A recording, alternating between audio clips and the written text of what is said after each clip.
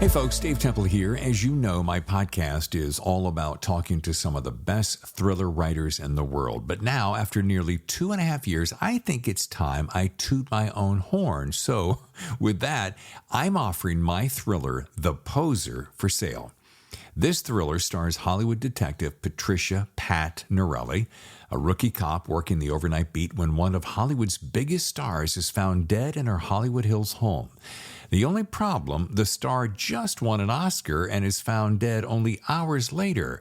Now, Pat sees this as a way to forge her own path and muscles her way into the case. Soon, she and partner Detective Stuart Brown find themselves deep inside a complex case with more questions than answers and a ghost of a killer.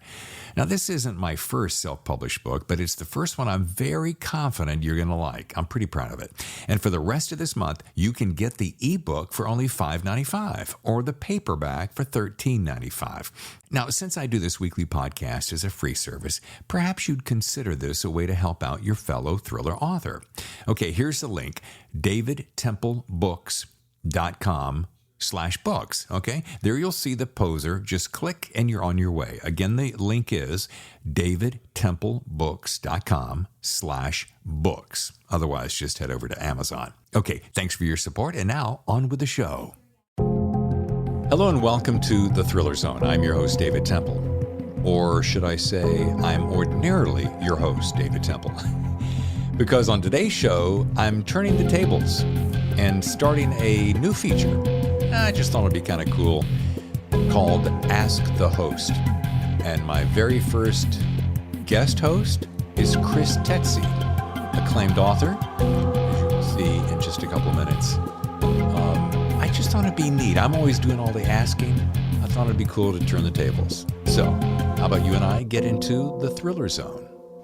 This is going to be so much fun. I wanted to make sure I started out of the gate by not I didn't want to come across like self-serving and like that. But I just thought it would be neat. I spend my entire day or week researching and so forth and so on, and What is that? That looks like a Guinness or something. Oh, from your lips to God, that is a double espresso, double Americano. Okay, in a glass. Yeah, the reason I like this glass is that it's insulated. It's insulated. I have one of those. We bought this really nice coffee machine. I mean, ridiculously nice because we drink so much coffee and we're trying to give up other things. And all right, so how would we like to start this? I'm going to ask you because you're the guest host. Maybe would be helpful to put out there why I should be interviewing you, like why I'm someone, not just someone you pulled off the street or something. Right. So, folks, welcome to the Thriller Zone. With me today is Kris Tsetsi, and Kris was on a earlier show. And I was so impressed with not only her writing ability, but her interviewing ability and the way she listens and the way she thinks. And so I thought I had this idea for a show an episode called Ask the Host, because I'm always asking all the questions. And I just thought, it'd be kind of cool if somebody asked me a few questions. And I thought of Kris because I don't know. It's just something that Kris, I'm talking as though you're not here. You're right there. Hi, Kris. Hi, I'm right here. All the way across the country, but right here. Yeah. It's just the way, and it's funny because Tammy mentioned this too. Tammy came in after listening to the show. And she goes, boy, Kris is smart. She has such good questions and she's so on it. And I'm like, yeah, right. I thought, Kris is going to be the perfect person for this. So how about this? How about you tell us some of your glorious accolades, or a word you used earlier about bona fides? Bona fides. Bona fides. It's funny. I always hate, I do a podcast with a couple other women, and we start off every episode introducing ourselves and like, hi, this is who I am. This is what I do. And it always makes me uncomfortable. So this time I thought, what would you say if you were a man? Men are never shy about saying who they are, what they've done. It seems like a more comfortable and natural thing for a man to do. And it's not for me at all. So to establish why I think I can sit here and interview the author, David Temple, and the podcaster David Temple and the actor and director David Temple is, let's go with the writing first. I have a master's degree in writing. I taught creative writing, screenwriting, playwriting. I was an adjunct English professor, so there's that stuff. Wow. I have 3 books, the first of which is included in a war fiction text, a text that studies war fiction, war movies, stuff like that. So that was a surprise to me, but I kind of guess I know a little bit about writing, or at least I'm very interested in writing, and I love talking about it very much to a nerd kind of level. I also was interested in screenwriting in college. I was always into fiction, but once I got into college, I got really into film. I took a few film classes, history of film, stuff like that, and noticed I couldn't watch movies anymore without looking at lighting and camera angles and camera movement. And it was really very distracting. So was into that for a while. And I've worked as a reporter, so I've interviewed some people. And I currently do the occasional interview with writers and others in the publishing industry for Jane Friedman's website, janefriedman.com. So there's a lot of stuff I'm interested in, which makes me very interested in David because he has done everything. So I obviously have a lot of questions. That was so well done. And quick note about Jane Friedman. She is a wealth of knowledge. I don't know how I stumbled across her before I met you. And she's one of those folks that, and I love this about her, she gives so much of her knowledge away. This is one of the things I love about this community. She gives so much away that when she finally has a class that maybe she charges a very modest amount for, you're happy to do that because you learn so much from her. As they say, without any further ado, shoot. Let's begin at the beginning, which is not what you should do in fiction, but I think we can do it here.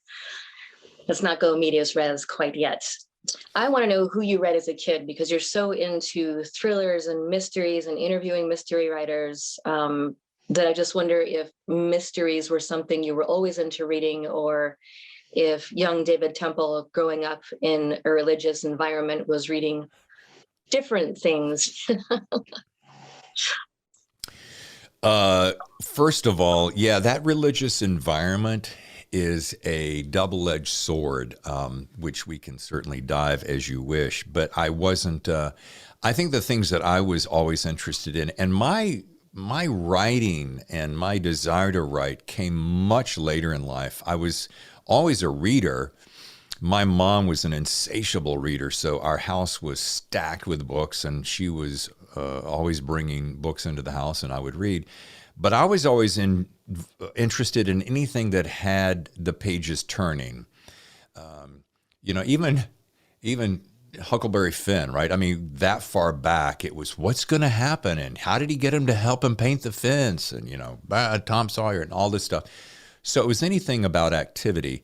I suppose very early on it was history, John Smith and in America and all that. But it wasn't until I was deep into radio, which was my first love from a childhood, when my voice changed. I'm like, that's what I want to do. But it wasn't until years later, when I'd already had a prolific career, that one day I'm working on satellite radio out in Los Angeles. And satellite radio is different than the satellite radio we hear today. It was Westwood One Radio Network, Armed Forces Radio. So you had to do your show in a very generic fashion because no one wanted to move that fourth curtain, right? That fourth wall. So you had to speak very generically. So, hey, happy Thursday, happy Friday, so-and-so's happening. But you couldn't say what time it was happening or where it was happening because I was in like 138 markets. So your pitch is really, really ultra generic. So I would get bored because my attention span got challenged. So I'd run down the hall, pick up my one of the secretaries, IBM Selectric, haul it down to the studio, and in between long sets, I would just sit there and bang out short stories because things would pop into my head, and I would just, bang out half a dozen pages and set it aside and go, I'll see what happens later. Wasn't until years later when that folder got to be about this size that I said, I think I'm going to try my hand at this. Maybe I can actually do it. And that was the very first gestation. What were you writing? It could have been anything from a passing idea, literally, like I have friends who will sit around and, after a couple of cocktails, they'll say, okay, here you go. Here's 10 words, have nothing to do with anything. String them together in a story. And that's my idea of having fun. And I would Oh sit my there. God, that's totally fun. Yeah. And I would just sit there and rattle off this story on the top of my head, incorporating those 10 words. And I'm like, how long does it have to be? Well, it has to be at least 100 words. Okay. And that's kind of how it started. So it'd be a random idea. Or I would, we'd have newspapers in the studio and I would see a headline. I'm like, what if instead of that happening to that guy in that situation, what if it was this situation and it was a woman and it was more tragic? I would just start talking. Just anything to keep the juices going. You did, in fact, have an interview with your wife in 2021. I think it might have been June or something. I know it was a J month. I listened to it this morning. And I enjoyed it. And one of the things you said in there is that someone had told you, that there's this thing that goes around in the writing community. People are told to write what they know. And you used to think that was bunk because, well, whatever, I like the exploration of learning what I don't know. I like the, finding out new things and learning new stuff. But then after a series of conversations with different people, you got around to, I don't know if you're still working on this project, but there was an upcoming project that was centered maybe around a radio studio. And that was something you knew. And then you discovered, hey, it is kind of cool to write what you know. And I wonder if I agree with write what you know, because I think people disagree with it because it's misunderstood. They think, well, if I can't write what I know, then how am I supposed to write about outer space? How can you write, speculative fiction or dystopian fiction if you're writing what you know? But I don't think that's what it means. I think it means take something you know well enough to be able to explore it on a level more intimately than anybody else could, and where you can really have some insight into it and be honest about it with all of its dirtiness and all of its funniness. And I just wondered, in writing this project, if you're still doing it, and I hope you are, what the difference was to you, if you noticed a difference in writing this thing that you know very well as compared to writing about people who had jobs you've never had, like forensic psychologist or autopsy guy. You make a really good point. This thing about writing what you know, and I do, and correct me if I'm wrong, because I don't remember all of that conversation, only because there's been so many conversations since then. Did I reference meeting a producer in Hollywood and I was pitching a story at Thriller Fest? Yes, and he said, "Have you ever done this job? No. Have you ever been a cop? No. Have you ever done anything in police work? No." Well, then you don't know what you're talking about in a way, like, or other people are already doing it. And he's like, what do you do? What have you done? Write that. I was pitching The Poser, which was originally Seduction at Daybreak, and it was Tony Eldridge who did the series The Equalizer. And he went through that whole litany of, so you've written, well, no. And it frustrated me because I'm like, and there's 2 points I want to walk away with. One of them is, if you're a writer, part of the beauty of it is that you're just making shit up. And that's what I like about it, right? And he said, well, let me ask you real quick, Dave, what did you do? I'm like, well, in 25 years of radio, morning shows all over the country. He goes, why don't you write about that? I'm like, who wants to hear that? He goes, I would. I'd buy that right now. And that floored me. To your second point, I did start it, and since I'm on your couch, Dr. Kris, it's interesting because as I've been writing it, I'm reliving so many stories that I experienced in my 25-year career. And when do you have, I think this is a question everyone hates, but do you have a idea of when we will be able to access this story? By the end of the year is my goal. You are in a Hollywood state. You have been there for a while. You have directed a movie, filmed it, acted in it, and then you have a couple other ones after that. Why not write a screenplay? and pitch that to someone who you might know? That's a superb question. And I think because screenplay writing is uber specific. I lived in LA 3 different times, and you, in my opinion, you have to be kind of in a circle or have a substantial track record or know someone who, to really kind of make it. Because screenplays, that's a tough business. I love writing screenplays. It's a fascinating method of creation, but boy, selling them it's just so tough. And you're talking specifically about this particular, we'll call it the radio guy idea. Is that what yeah.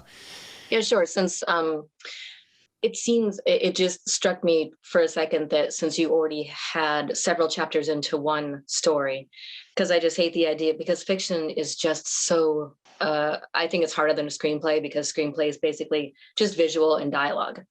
I'm not saying it's easy. I'm saying it's less time consuming than a novel. And the interweaving of stuff into a novel is just so time consuming that it seems like even if as a outline to see if it works to write the screenplay and, just kind of knock that out and see how it goes. I will say this, and I mean this in all sincerity. I will certainly take this into consideration and throw this idea around in my head, because I love that idea.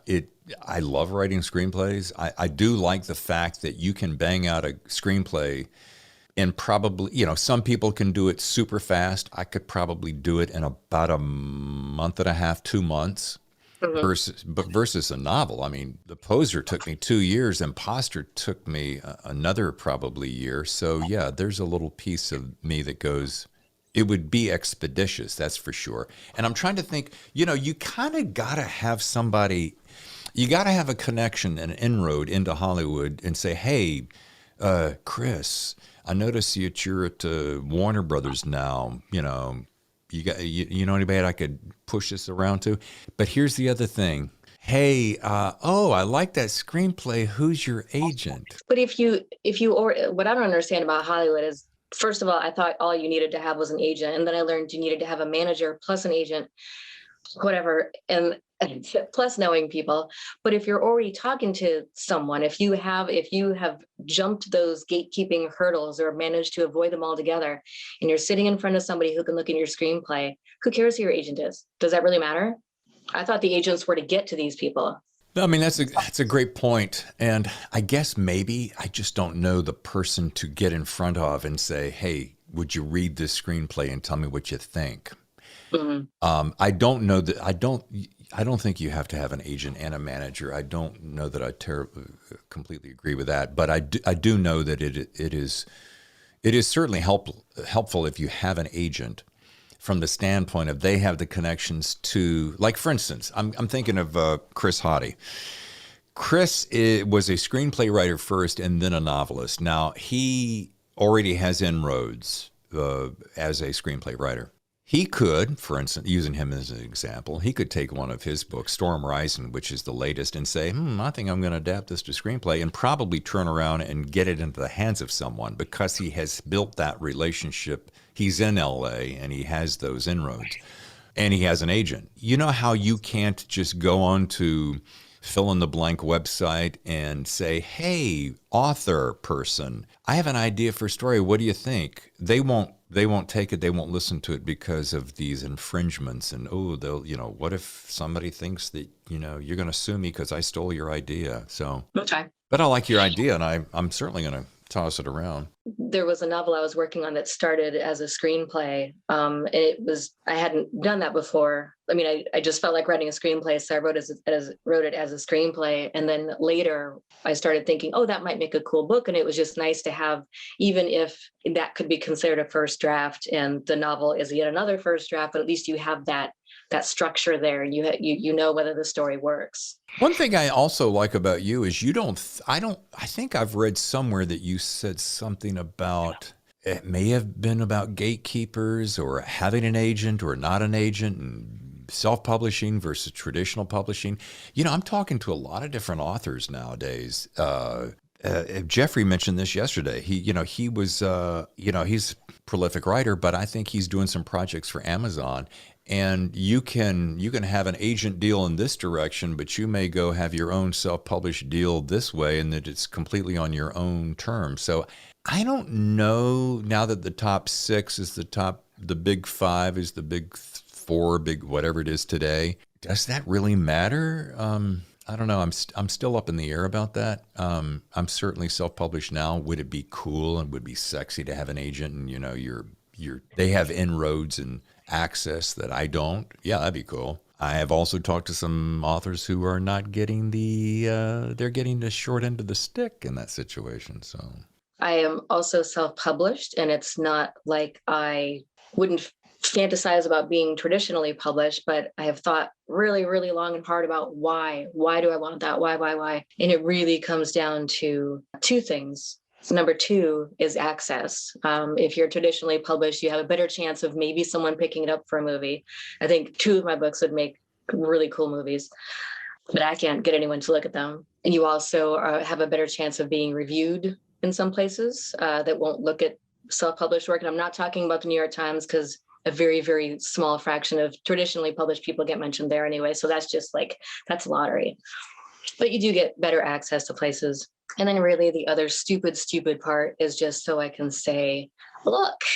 And it's lame. It's really, really stupid and lame. But the people, readers don't care. Readers do not care how you're published. They just want a good story. The people who care whether you're published are the people who are snobbier about it, I guess. Well, I think we feel that we are we're vindicated, or we're justified, or we're what's the word I'm looking for? Hey, yeah, I really am somebody. I'm in the phone book. Yay. Yeah, that's a great movie. There are phone books here. Yeah. Does that validate us? Does that make, if you write a great story, which you have, and we know that who have read your books, does it matter if somebody pushed it across the table to somebody and got a signature, and now you're on the shelves of, Barnes and Noble, et cetera? And that's a whole nother conversation. Boy, who came up with that? That's a whole other conversation. That when you walk into a Barnes and Noble, sometimes I say to myself, I'm not going in that store, and I love bookstores, but because you face it and you go, too much competition. How can I ever make it in this? Conversely, you just don't know who's going to like what, when, or where. It's not like every book that is traditionally published is better than your book. You know what I mean? Mm-hmm. That someone doesn't get traditionally published, like Andy Weir, his book was self-published. So the fact that it ended up traditionally published doesn't automatically make the writing better. It doesn't change the book at all. All it does is stamp it, with some kind of approval. But there are a lot. Snooki had a book published by a major press. Trump had a book published by a major press. Being published by a traditional publisher doesn't necessarily mean the writing is exceptional, is all I'm saying. There are, of course, exceptional writers in there, but one doesn't automatically mean the other. I'm staring, Kris, at a stack of books that literally comes up to right here, this against the wall, of the people that I've spoken to since we launched this show in June. And there is a lot of fantastic talent out there. There are a couple in there that are traditionally published that I flat out couldn't get through for one reason or another, and we're certainly not naming any names. And I walked away, Kris, going, now, how did that get published? How did that person get that agent and get that deal for that? And that's the thing. And so you see that happens, and then you think, okay, so would it really mean anything about me or my writing if I were to get that same stamp of approval? And the answer, of course, has to be no, because if this can get there, and you can also get, you know what I mean? It's not like the barrier to entry is marketability, I think, more than anything, or what's popular right now, what's going to sell right now, who are you? It's a conundrum. So I know some people who have been indie pressed and are not getting the attention they need or the cooperation that is required to get them to catapult to the level that they should. What does one do then when one has signed a multiple book deal? That happens at all size presses, though, too. I've interviewed people who have been with larger presses, and they say I was on some kind of Facebook forum, and somebody had been published traditionally by someone bigger than a small indie press, I think. And her book was showing up on must-read lists and magazines and everything. And she said that, all this great stuff is happening. And I think it was independent of the publisher. She said, all this great stuff is happening, but I still can't get, I can't get X or Y from my publisher, or I can't get this. And I think there is, in large part, unless you're already somebody, maybe, in large part, you are going to be responsible for a lot of your own marketing and a lot of your own publicity. And well, now I'm hearing that from everyone. I mean, from Jeffrey Deaver, only because he's the most recent, all the way down. And it goes something like, oh yeah, you can't just sign the deal and kick back and go vacation in your Florida home and hope everything is going to get done for you. You got to be out there humping it and doing the book signing tours and the social media, et cetera. I do think I went to a couple of seminars back a couple of years ago, Writer's Digest in LA, Thriller Fest in New York, and there was this mindset of, oh, you've got to have a social platform and it's got to be rocking or you'll never make it. And even when I heard that, I'm like, I don't know, man. If Kris writes a great story and it just kicks ass and somebody picks it up, it doesn't really matter if she's got 59,000 followers on Twitter.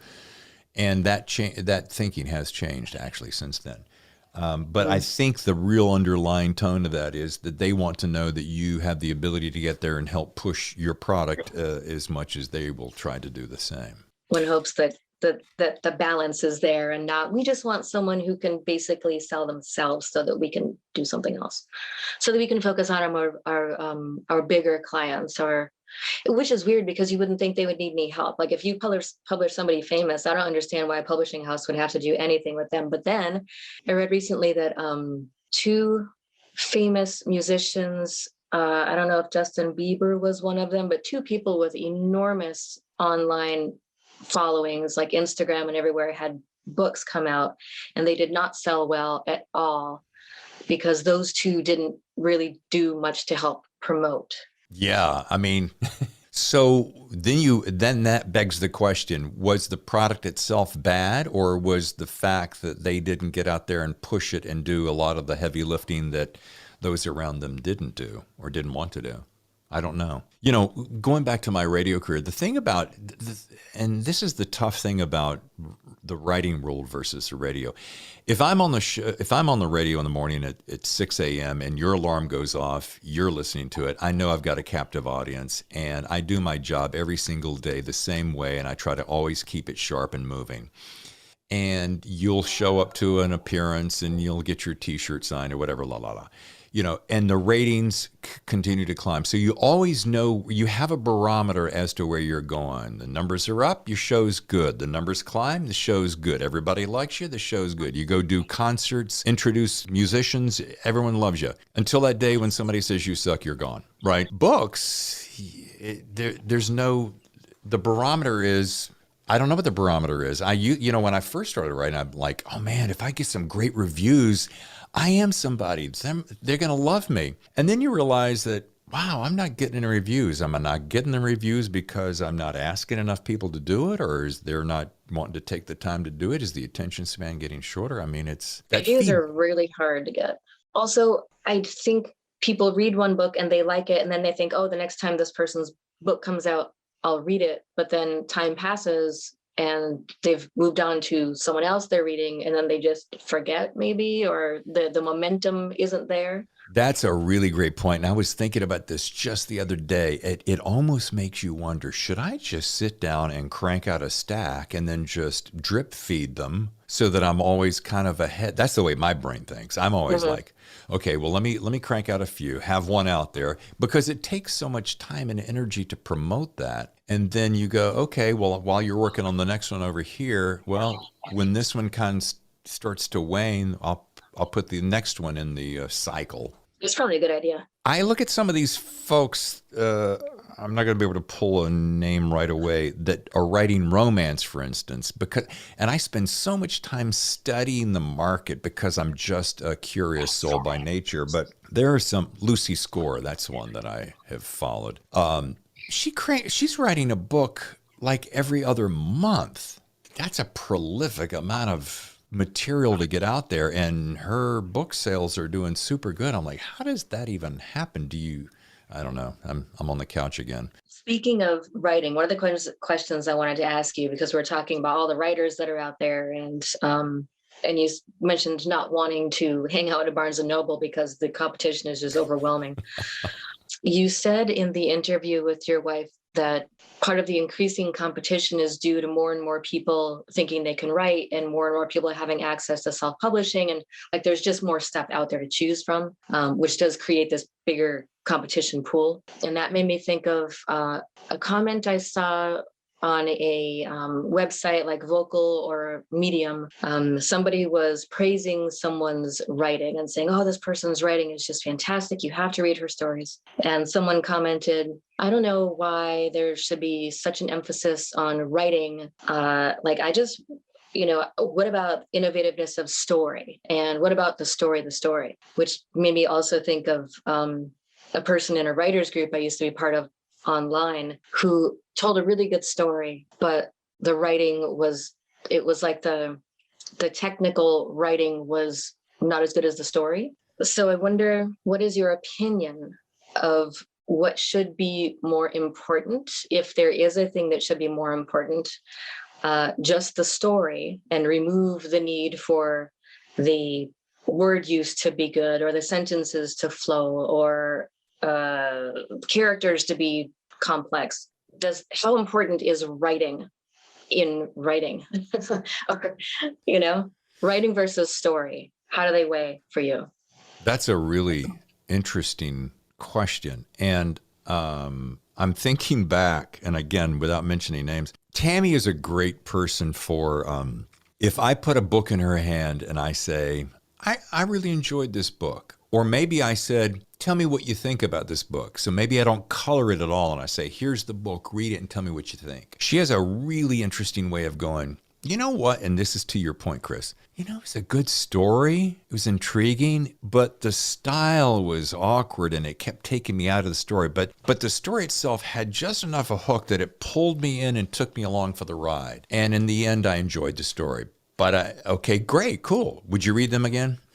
I don't know, because again, it was either an awkward, or the writing just wasn't all that fantastic. And this is coming from someone who read everything Ken Follett ever wrote, so that gives you an idea of the caliber of material. I'm personally more intrigued by a great story and something that I haven't seen before, or I haven't seen it done quite that way. I will let a lot of the other go. So I'm really intrigued by a unique story. And here's one I'm thinking of. The Chain by Adrian McKenty. Did you read that? Okay. Do you remember growing up, and I'm a little bit older than you, chain letters? Yeah. Do you remember? Okay. So he took the premise of the chain letter and crafted it around a parent's worst nightmare. That's all I'm going to say. And so you're ripping through that book. It's really a good book. If he had degrees in writing, I don't care. If he went to such and such a school, I don't care. Does he have a master's degree in creative? I don't care. None of that matters to me. I just want to find a story, escape into a world I haven't been before, and enjoy the ride. No, that makes sense. I was thinking about the interesting connection between a degree or not, or an education in so-called education in writing, and whether that means anyone is any good at writing. I can say, as someone who went for an MFA, but only did it because I had no earthly idea what to do with a Bachelor of Arts degree. I was freaking out having to do something, and I got lucky enough to get into the MFA program at the school I was already a part of. So that was like, woohoo, safe for a couple more years before I have to go out there and figure out what to do. Yeah, I don't think MFAs teach anybody anything. I think it doesn't teach you anything that maybe you couldn't learn from a writing group outside of a school. I think the value of an MFA program is you're with other people who are focused on writing, you're trading your work, you're critiquing the work, and in critiquing, you learn how to look at your own stuff more critically. You're forced to revise, so you kind of get that ingrained in you. It's really just about the discipline more than anything else. So I just wanted to make a note of that, like, especially since I mentioned that I have an MFA. I don't want it to be like, I have an MFA, therefore, I'm good. That's not at all what I meant. Well, I have interviewed two gentlemen recently, and again, it's so funny when I'm on the other end of this show, I have all the preparation and all my notes and everything in my head. So I'm on this end and I'm kind of having to pull stuff. So it's a little bit different for me. But I'm trying to think, I want to say it's either Christopher Swan or Ted Flanagan. One of those two guys was going along their writing road, and then they thought, geez, I hope I don't screw this up. They thought, hey, an MFA might help. And then they saw a distinctive shift in their craftsmanship. And I was intrigued by their craftsmanship because to me, there's a couple of elements. There's a great story, like just a novel idea, hasn't been done before or hasn't been done that way before. And then there's, and the writing might be okay. And then there's craftsmanship. Meg Gardner's one of those that pops into my head. Just Pat Conroy, the way that they could craft a sentence that you would just stop and you'd go, and you'd read that sentence again and you'd go, okay, now where did that come from? The words are, it's just a compilation of words on a page, but it's that craftsmanship that I really admire. Hope that's not talking out of both sides of my mouth. Just a little. It's like, you can admire a thing and not have it be the thing that matters. Yeah. And I wonder how much of the craftsmanship is actually, I don't know if that's learned in an MFA program, because I remember being in a class with people who did write like that already. Like you don't learn how to pick and choose the right words to put in a really good order in the MFA program. But I think maybe what you do is read more literary, like you read and discuss a lot of the minimalist writers, the literary writers, and you are asked to pay attention to how they did things and why, which I guess is part of the educational part of it. So if you're allowing yourself to be saturated with that and taking it, and if it's like already in you to be like, oh yeah, okay, so I see what they're doing there, I see how that's important, maybe that's the kind of thing I'll look at when I'm writing, and then that's only, everyone has their different areas of interest in writing. I think some writers go into it really enjoying that particular challenge, and others go into it enjoying the challenge of crafting the perfect suspenseful moment. You know what I mean? Yeah, and there's two ideas that I want to run past you. My sister has a PhD in English. There's probably some other words in there too, but she is frigging brilliant. She's a brilliant person, and she loves literary fiction. I'm not smart enough to really probably enjoy it like she does.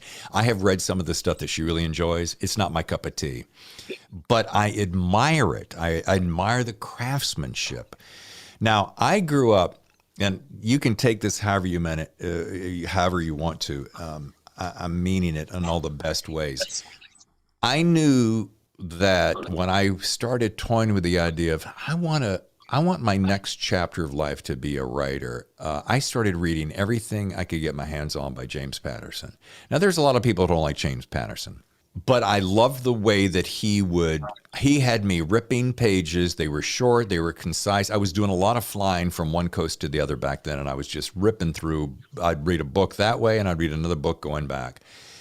And I admired the craftsmanship of the expediency, right? So it was like watching a movie. Bang, bang, bang, bang, bang. And I like that.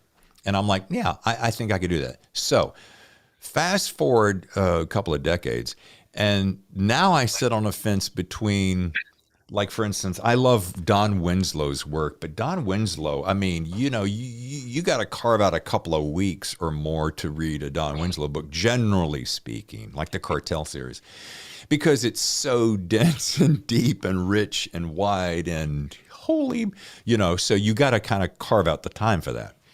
Whereas James Patterson to me is kind of like eating potato chips, chop, chop, chop, and you just want to keep going. So here's my biggest point.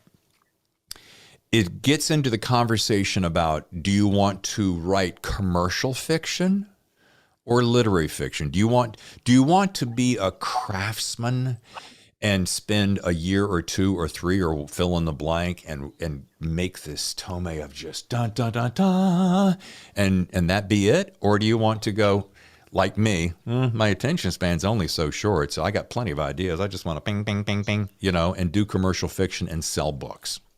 I think you can go in the middle. I mean, there is a middle ground. Because there is some literary fiction that a lot of people complain about because you're like, I know I'm supposed to like this, but I can't get through it. You know what I mean? And then there's very commercial fiction that maybe sometimes has fewer layers to make it interesting also. And it's all about, plot point, very predictable, whatever. So you have 2 ends of the spectrum, but you do have the in-between part where maybe you don't focus so hard on being crafty and literary. Maybe you tone that down a little bit, but you do still explore things that go beyond the standard plot, rise and denouement. I think there's another thing I really want to bring up, and that is, and this goes back to some of your very first comments about what specifically is you want to write. And like, for instance, all right, when I wrote The Poser, I wanted to dabble in mystery. I wanted to create a story that had lots of little levels, and you had to figure something out by the end. Well, the sequel, you kind of knew you had the world built, so you knew that it was going to end one of 2 ways.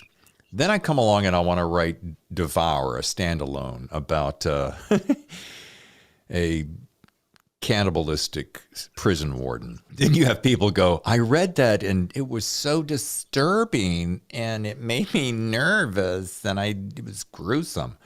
That's great. What? That's great. Yeah.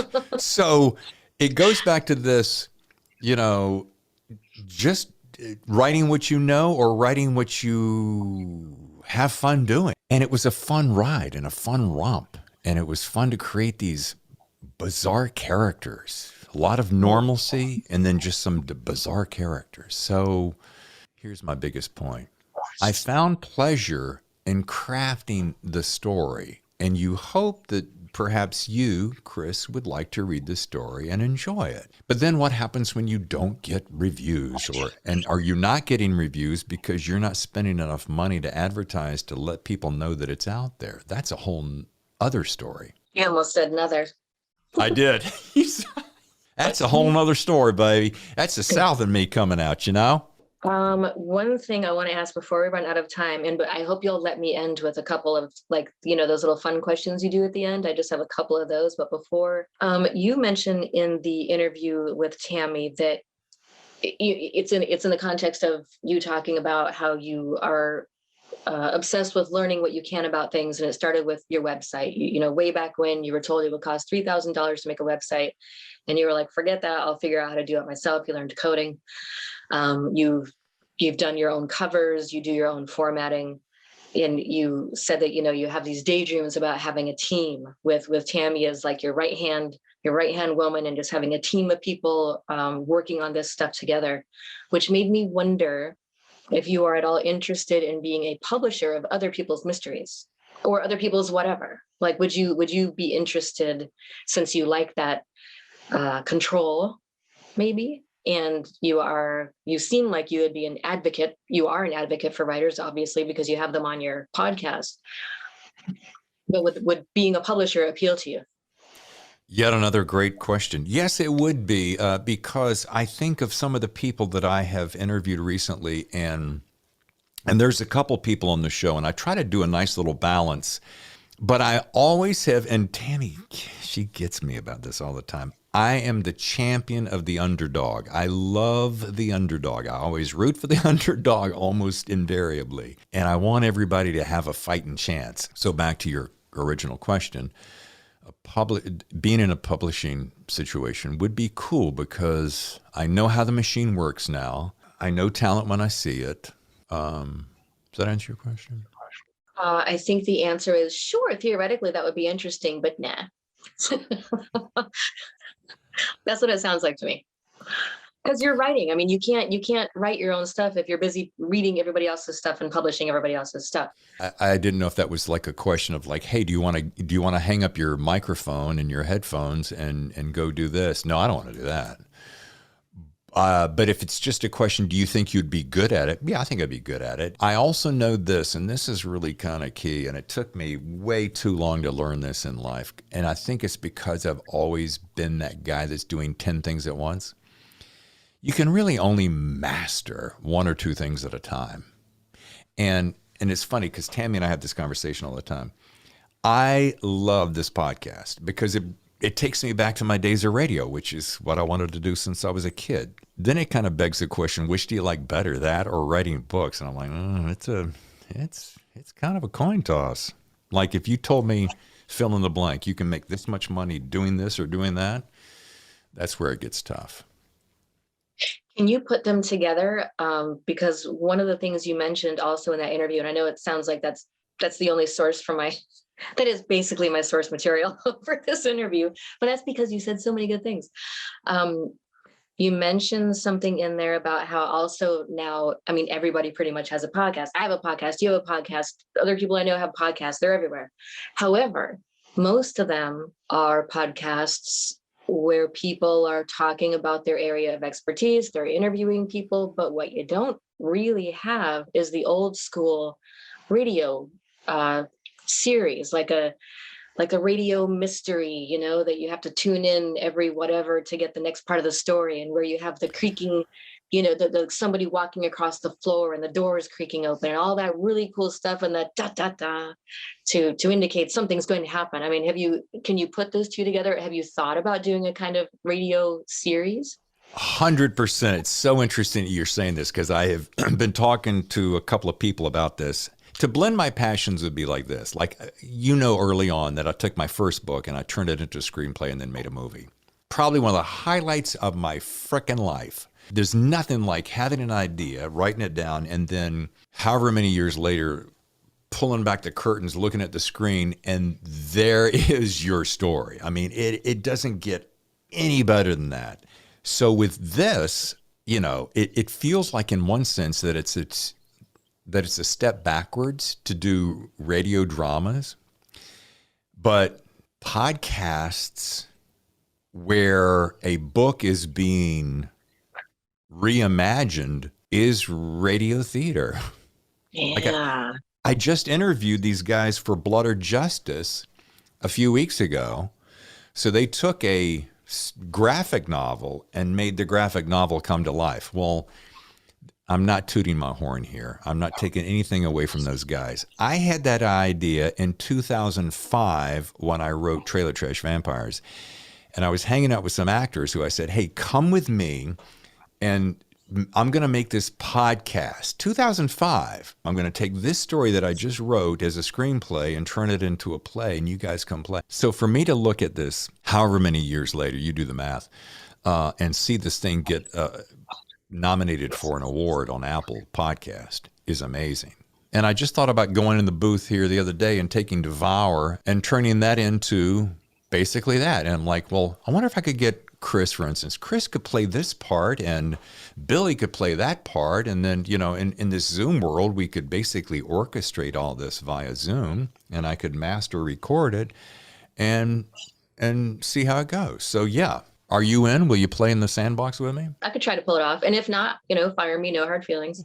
But I do like the idea. And yes, I do want to toy with that idea because I just want to always be stretching myself. I mean, we only got so much time on the planet and there's so many things I want to do. So I really think it comes down to what can I do that, which is your exact point, that blends all my favorite things into one final product.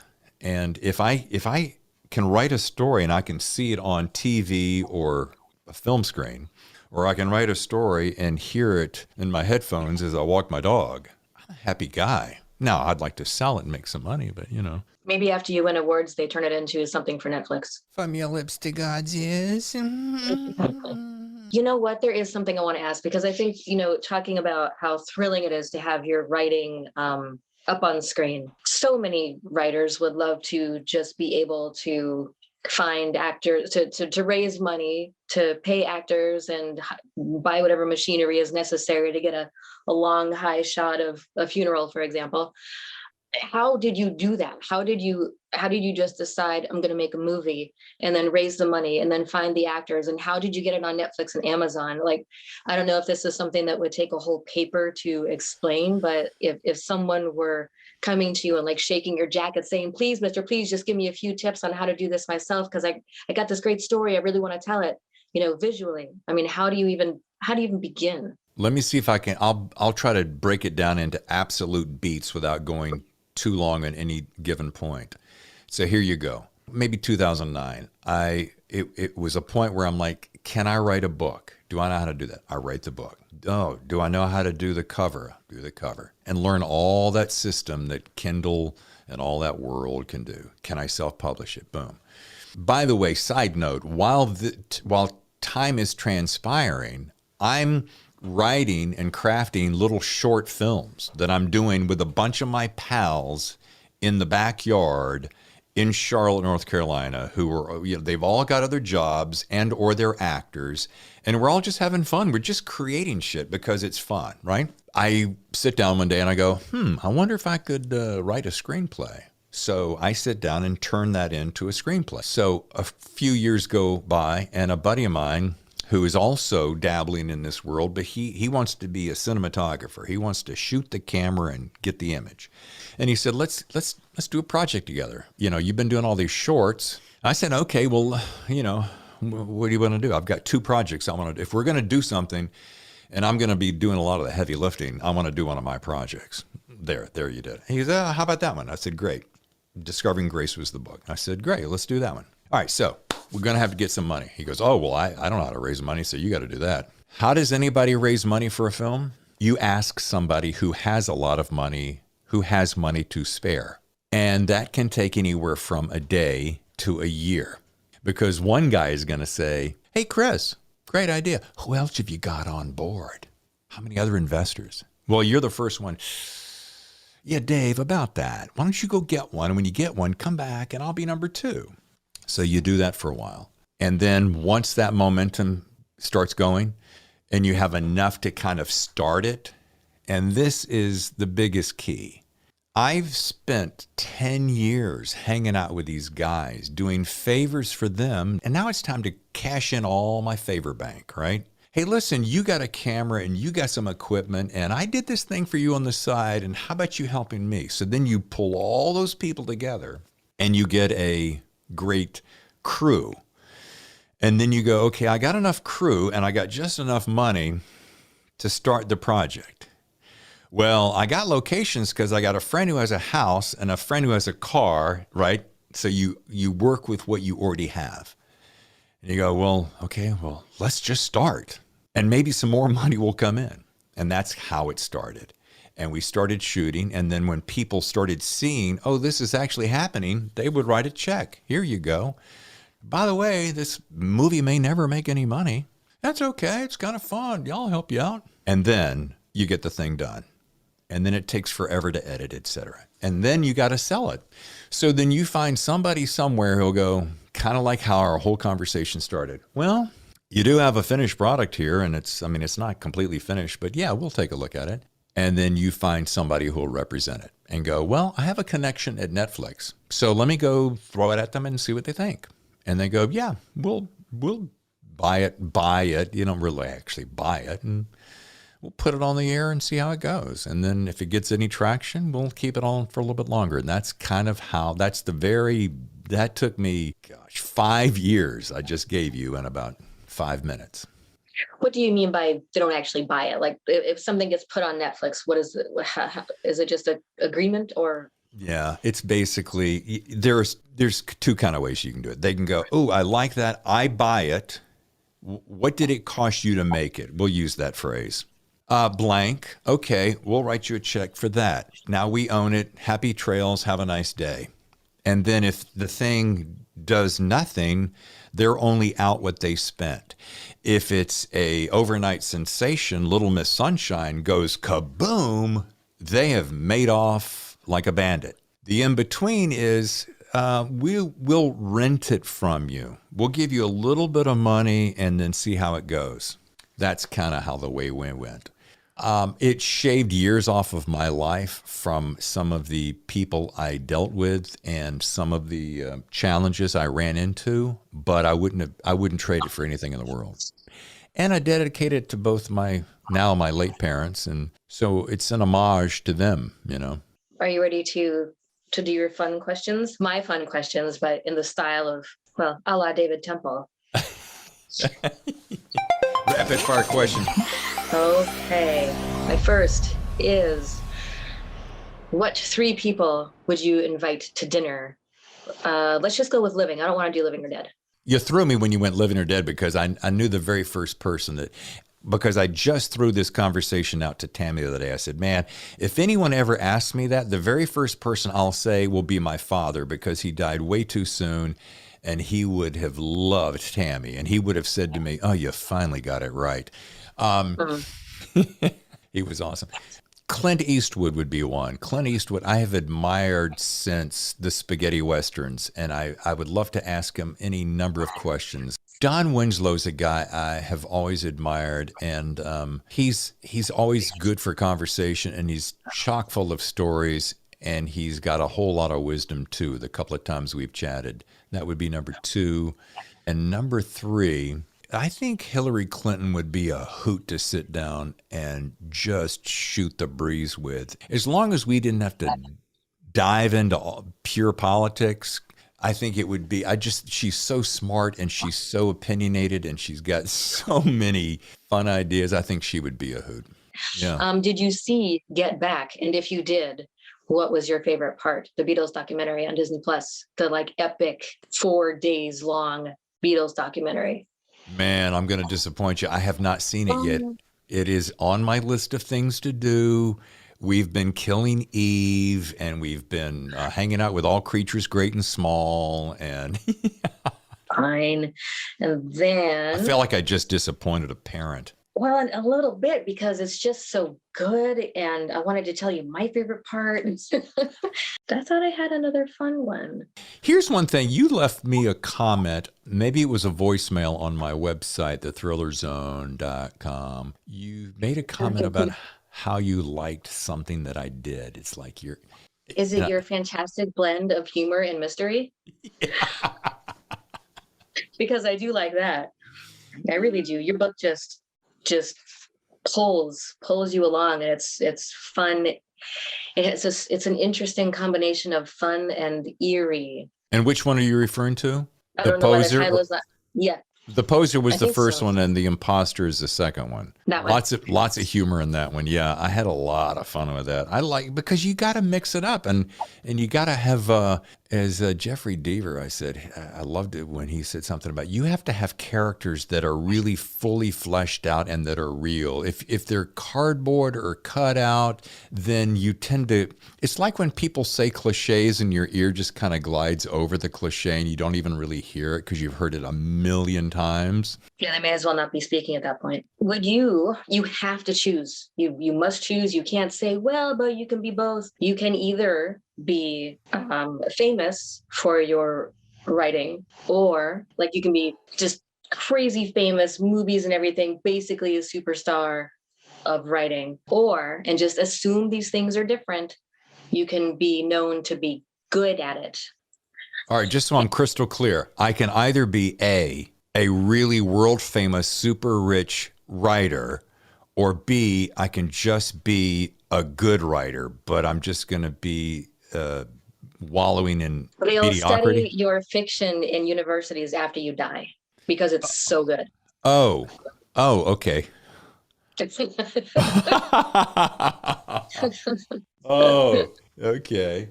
All right. So it's I'm going to either appear really shallow or really I'm going to go with He's really famous. He makes a lot of money. He's doing really good. Yeah, he writes well. Yeah, I'm going to go that way. That's me. There you go. Well, like you said, we get this one life. So if it doesn't happen until after you're dead, who cares? You're not there for it. Because, Kris, here's the bottom line. I have had loads of money and I've had no money. And loads of money is a whole lot more fun. But it's the loads of money that gives you the freedom that I like more than anything else. I don't have to have lots of cars and lots of homes and all that stuff. And I've been around that. I've been around that with people I've worked with and for. And that is not as impressive to me as going, I love to give stuff away and I'd love to be able to just give oodles of cash away and do things for people without them knowing it. And I'd also like to be able to just know that I don't have to worry about anything. That's about, and I want to be able to craft some stuff along the way, but I want you to like it. If I'm crafting stuff and you don't like it, well, that's no fun either, but that's not what you asked. No, but I get what you're saying. Yeah. And also, if you are that famous for your writing, then you're writing something people want, like really, really want to read and enjoy reading, and that's what matters. Okay, and I'm going to bring this back. So you liked The Poser, which is probably one of my favorite things I've written because there's so much going on. There's so many really interesting characters, and they're very well crafted characters, I think. But when people go, I really enjoyed that book. That's all I need. I'm happy. I'm happy right there. This has been fun. It has been very fun. Thank you for agreeing to do it. Thank you for answering all my questions. Did you think I wouldn't? I didn't know. I'm trying to think if there's anything here that I didn't ask, and there is one, but I don't. Ask it. People will say that you can get to know a writer through their fiction, even if, because writers will always be, say, no, it's fiction. There's nothing of me in there. These characters are all made up, but there's still a perspective that the writer is putting into the story. There are still personalities that come from somewhere. So my question would be, what would someone likely learn from you? What do you accidentally put into your fiction that is very you? Okay. It's a coin with two sides. On The Poser, for instance, I wanted the reader to enjoy my maybe obtuse, but certainly obscure sense of humor, especially when Pat Norelli. So therein lies another challenge: is writing as a woman. And I've had a number of people go, what are you doing writing as a woman? You don't know anything it means to be a woman. I don't know. It's just another challenge. Okay, I'm just trying to rise to a challenge, move along. So there's that, and then on Devour, I have this is just between you and me, right?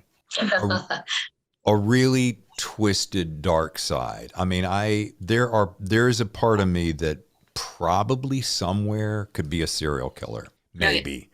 Except like Dexter or like BTK. Except Dexter was fake. So let's find another fake serial killer. BTK is way too scary. So Dexter, like doing it for the good of all mankind, or just people anger me and I think they should die? No, I would like to do it for all mankind. That's why I loved Dexter, because it was a murderous Robin Hood. Now, I don't think I have the stomach to do some of the things that I portrayed in Devour, but I certainly enjoyed creating that world. Now, I don't know what that means, Doctor. What do you think? Oh, you haven't read it yet. You'll have to read it. No, I really have to read Devour. I must read about a cannibalistic prison warden. Yeah, and here's the funny thing. I do try to have a heart through everything. There is a good thread through every story. Even in the darkness, there is a thread of good. Maybe the imposter. I mean, that guy was not good. But, I mean, come on, isn't it fun to just create those worlds that you're like, well, I would never really live in that world, would I? Yes, it's all the fun of being a writer. Or would I? Okay, last and final, I would like to hear voices. I want to hear Casey Kasem. I want to hear your everyday radio guy who's on Sirius XM, and some maybe other radio personality you've heard who you just like to imitate. Well, Casey Kasem.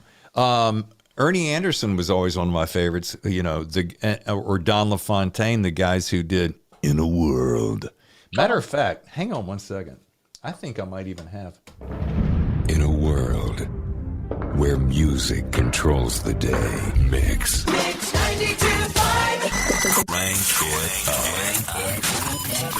Your pie hole! And give your neighbors a reason to move. New Rock 107.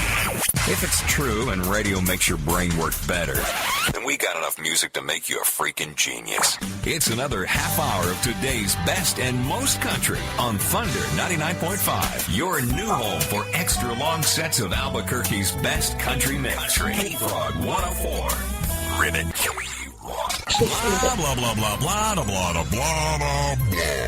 Talk 1120. 50,000 watts of talk, issues, news, sports, and sometimes the old-fashioned bitchin', moaning, and complaining. Roanoke's hit music station, K92. The Bay Area's home for 12 hits in a row. K101, San Francisco. You found us. A different kind of radio station. If I were you, I would do like 3 voiceover projects for national spots, make a nice big salary. And man, I mean, it would be so cool to just be a voice actor in demand. Are you a voice actor in demand?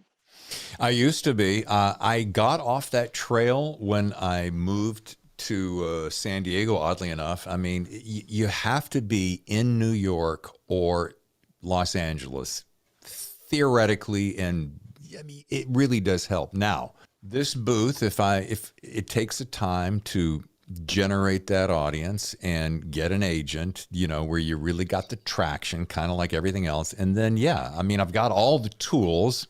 As you can hear, that's a compilation of probably 10 years worth of work. Those are radio IDs, but there's other commercial voices that I can do. But yeah, that's why audiobooks, I love audiobooks. Well, I look forward to the mystery, the David Temple Thriller Zone Theater Mystery Series podcast. Don't call it that, though. Again, it goes back to this right here is the culmination of all my favorite things. Talking to people, using my God-given talents, knowing technology, telling stories. I mean, it just doesn't get any better than this. The problem is the passion of all of this has swollen almost beyond the writing in one sense. So every day I'm just kind of like, oh, what will I focus on today? I have nothing else for you. That's it? That's it. Those are all my questions. Well, can you give me a sign off? Will you do the official sign off for me? And I'll just kind of, a little pressure there on you. I'm gonna step back here. This has been the Thriller Zone interview with Thriller Zone creator David Temple. I hope you enjoyed it. We both do. And thank you so much for listening and or watching. Visit thethrillerzone.com. I didn't know if the was in there. It is, and I'm going to add a little question mark on the end when I put that on the scroll on the bottom of the page. ...